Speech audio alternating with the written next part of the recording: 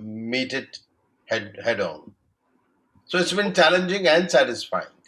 So tell us, what did you do at your schools? Because you're such a prestigious brand, you have a large footprint. So tell us, what did you do at your schools so that all the three stakeholders, the teachers, the students, and parents felt comfortable? Because it's a new abnormal. I don't call it the new normal, Mr. Patak. Yes. I call it the new abnormal. So tell us, how did the DPS schools kind of make sure that the learning never stopped? You see, initially there was a problem with learning to know how to reach across to the students. So the issues and the challenges generally veered around that technology. So what we did was we very quickly put together some of our best teachers in the ICT who then evaluated every single platform that was available, and having evaluated that, in terms of its ability to sustain over a period of time, not just to meet this emergency, but also to be able to carry on with that even after the pandemic is over. So that was a viewpoint from where we evaluated systems, and we finally latched on to Microsoft Teams. And we found it extremely useful. But then there were technological issues on the other end, the devices, the bandwidth, and so on and so forth. But Mr. Batra, it was very heartening to see that the families and our teachers very quickly came to grips with the problem, and they upgraded their IT infrastructure. I'm not saying we are perfect, but we are almost there, where every transaction is conducted in a very meaningful and a very focused way. So, to that extent, I would say that this is one thing that we did. And then, of course, you know, face to face is something that cannot be replaced by online. But then, online also has certain advantages like better documentation, better preparation, and so on. So, we took advantage of what there was. And obviously, the few advantages of face to face cannot be traded away. So we'll live with it. So, as you said, it's a new abnormal. I think it's a new normal that's emerging. And the new normal that's emerging is the blended learning. Now, what shape and what focus and what direction will it take from here is evolving. What I can see today, it may stand revised tomorrow because there are new paradigms emerging all the time. Thank you so much, Mr. Patak, saying it is blended learning. Right now, we have a compulsion to use technology and use it fully for learning. The real test would be when we have a choice, and I have no doubt that we'll go back to, in some way, the old way of classroom teaching, because students learn from physical touch of another child, the interaction from the teachers. School is not just about classroom learning, it's about life skills, and that cannot be replaced. Not to talk about the experience students have in a bus. I have two young adults, and when they were younger, and I tell them that, can I drop you to the school? And they say, no, we want to go in the bus, because bus is FaceTime with your friends. And so, learning is a lot about classroom teaching, but it is a lot about also the life skills. Now, since you talked of blended learning, the mixed model of learning, tell us, the new education policy is a great vision document. It does plan to transform education by transforming how education happens in K-12. Give me your comments as a leading school and education figure. How do you see the new education policy? What are the good things in it? What are the things can be better? And what is the implementation runway? Right. But before I come to the new education policy, Anurag ji, let me respond to what you said earlier. Just resonating and echoing the sentiment that you expressed. Online can never replace a face-to-face conventional school. Schools, more than learning organizations, are also first social organizations Right. where children learn to connect with the community of learners. There is so much that the cohorts bring to the fore, the peers bring to the fore, and that goes completely missing in case of online learning. So therefore, online learning will never be able to complete, or will never be able to replace, but online learning will only supplement the efforts. And I do hope and I pray and I wish that we get back to the formal schooling as soon as possible. So I am in complete agreement with you when you said that life skills and several other things can only happen in a face-to-face mode. For example, take sports. You can't play sports online. They have to be played on the ground and with your fellow colleagues. So having said that, coming to this question of new education policy. Now, I firstly welcome the new education policy. This or the components of the new education policy had been discussed and debated in the country for a long time. Now, there is a section of people who still like to flog Macaulay. But the question is, what have we done in the last 73 years of independence? And Macaulay is long dead and gone, 1831, and we are now in 2020. So we will not talk about what Macaulay did or did not do. But what we need to understand is even several committees, and then finally the the education policy of 1986 and its subsequent revision in 1992 wasn't flawed. In the times that it was unrolled, it was contextual, it was relevant. But the point is, what did we achieve? Today, a fairly large section of the population stands disempowered, what we call disadvantaged communities. It is clearly a result of denial of some very basic needs that they had. Right to education is almost like a right to life. Because if you're not empowered, then what kind of life are we pushing you into? So, what is important is how do these policies roll out on the ground? What is the implementation commitment? What is what is it that we're showing on the ground?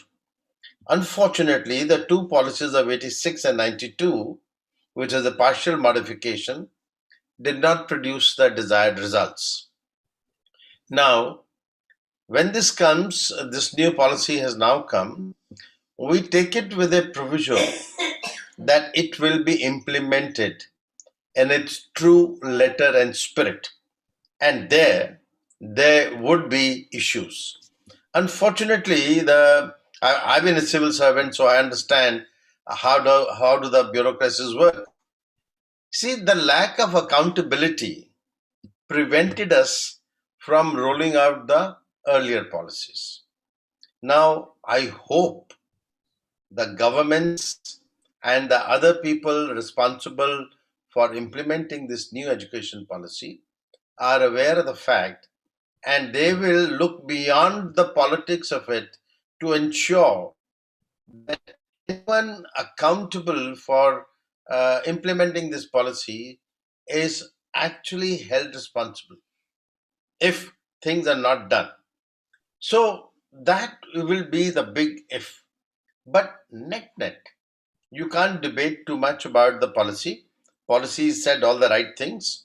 And in fact, I was a part of a body which did make a few presentations before the Kasuri Rangan Commission. And I'm happy to see some of those being mentioned in the policy. But it's not about what I said, it's about what the policy says. And policy says all the good things, all the right things. But we will wait with crossed fingers to see whether this policy actually rolls out as intended. Thank you so much, Mr. Pathak, for giving us the complete canvas and the background, and more importantly, where we are headed. Like you, I stay optimistic. That it's a great piece of thinking. It incorporates the right things. It's all about implementation, and we have no doubt the implementation will also happen. But as you rightly said, it's about accountability. We as leaders in the education space will have to work with the bureaucracy and the government to be able to help them to implement it. And no one is stopping us from implementing it privately. I mean, DPS can take the spirit of the NEP and implement it, on its own. It doesn't need any intervention from the government in that sense. So really the onus is also on us. Now let me change gears. You worked in the bureaucracy, you've seen the world, you've seen the country. Now, COVID has taught us that we need to learn new skills. All of us, it doesn't matter what age, what we do, we need to add on more skills. By 2034, it is predicted that singularity will happen. Machines will think as much as humans do for most of the functions. Not a machine can make a gun, it can also make a medicine. But when to use the gun and when to use the medicine, I don't think machines can take that call. And if they did, may I say, it may be disastrous. But tell us, what is your view on skilling, upskilling, new skilling um, in terms of the ecosystem? The business environment has changed. So tell us your views on skilling. Yeah, Anuragji, what you said first about some of the private independent schools, nothing stops them from taking the cue from the new education policy and begin to prepare. I'm happy to share with you that the DPSG schools, about 700 and some odd teachers came together post COVID, spent God knows millions of hours, total millions of hours, in researching, understanding, and acquiring a new vision. And together, we've been able to create what we call Curriculum Design 2020. And we have created several volumes as to how, even before the new education policy came out, we were ready with our curriculum design. And today we have a curriculum design which I bet is as futuristic or even perhaps more futuristic than the new education policy because it totally emphasizes on what you said in the second part of your question. It's all about skills and competences. It's not just about reproducing what the NCRT book says. So knowledge knows no boundaries, no limits. And what we teach in the school is more of a reference point. But what the children eventually, or the schools eventually, are able to build upon that, on the so called syllabuses, is what can be termed as truly skills and competences.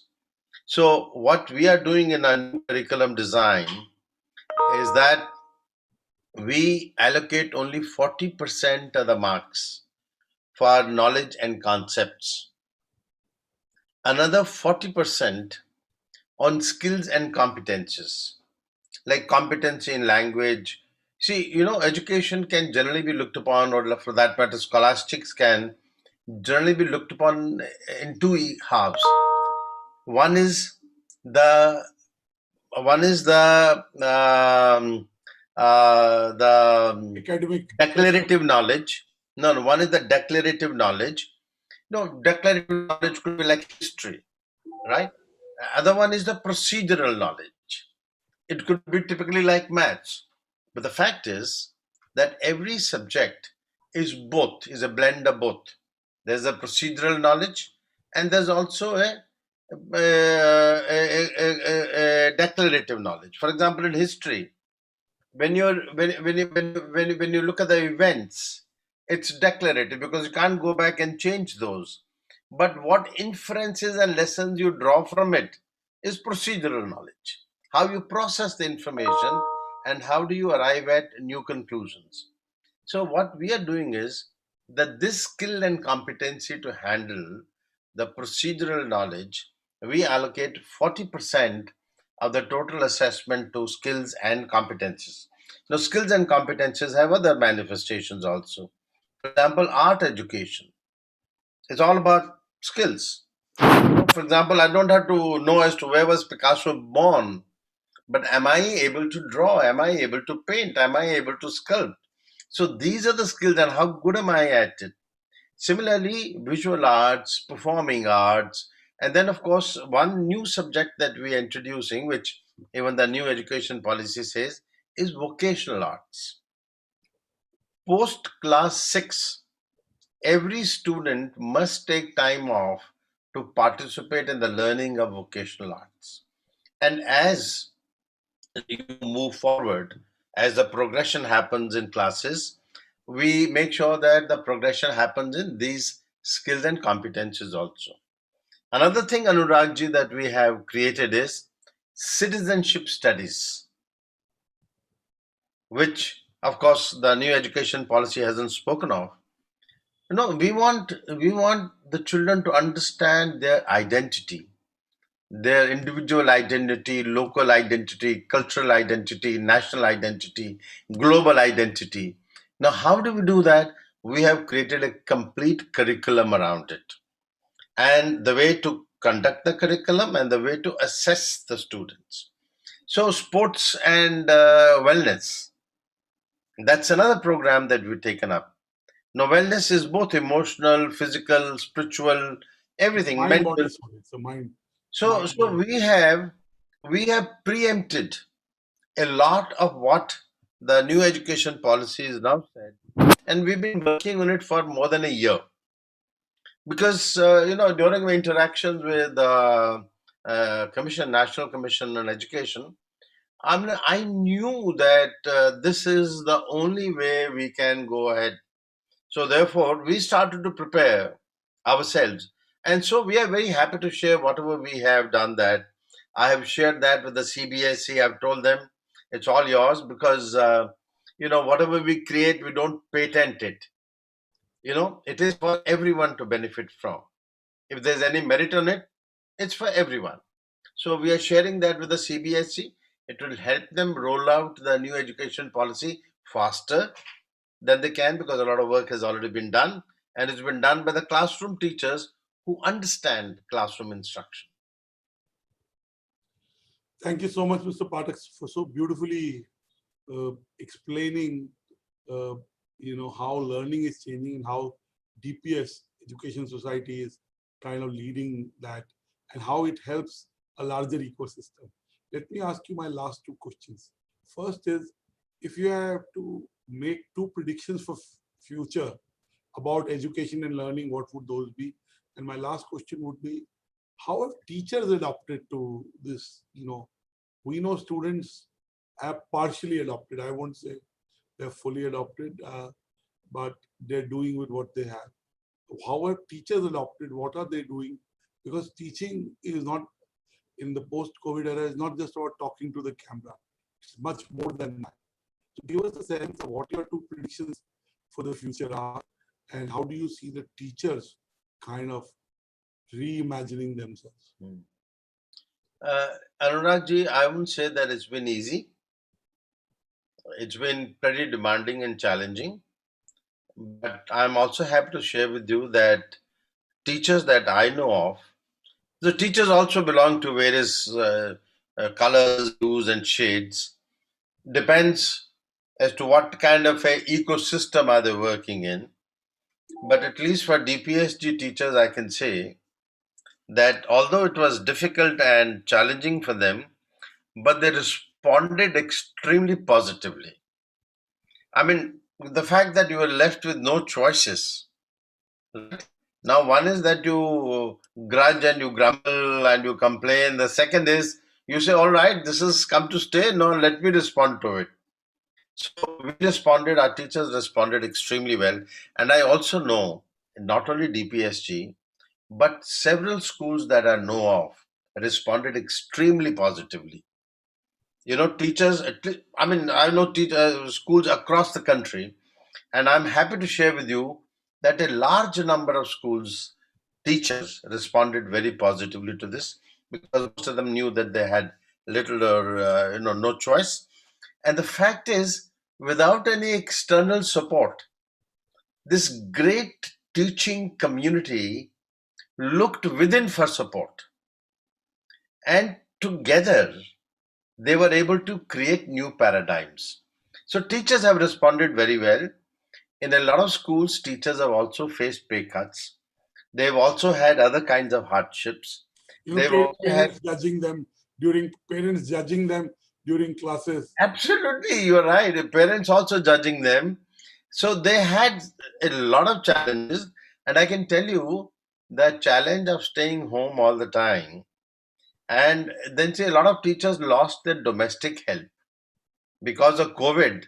The ayahs will not come, so they had to be doing everything themselves. Since the large army of our teachers are women, so they also had to attend to their chores, domestic chores.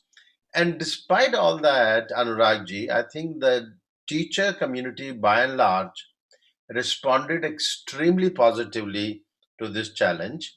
And I can tell you, most private independent schools have really met this more than halfway.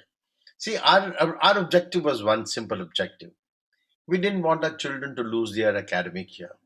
That would have been very hard and very difficult for us to accept as a society.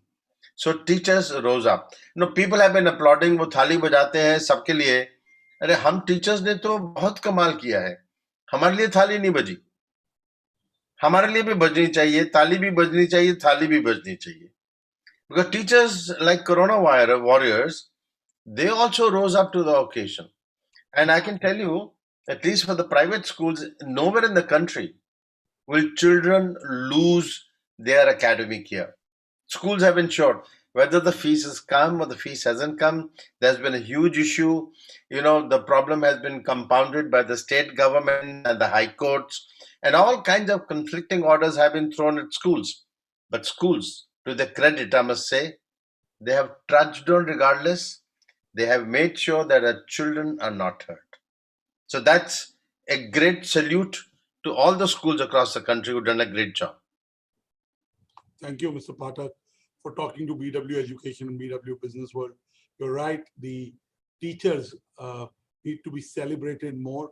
The new education policy also refers to it, how teachers need to be at the core of learning, both in the way their own skills plus how they are respected and remunerated, if I may say. I think we need to look at teachers as a backbone like doctor of the society, and their role in creating leaders for future and responsible citizens who contribute possibly is the biggest.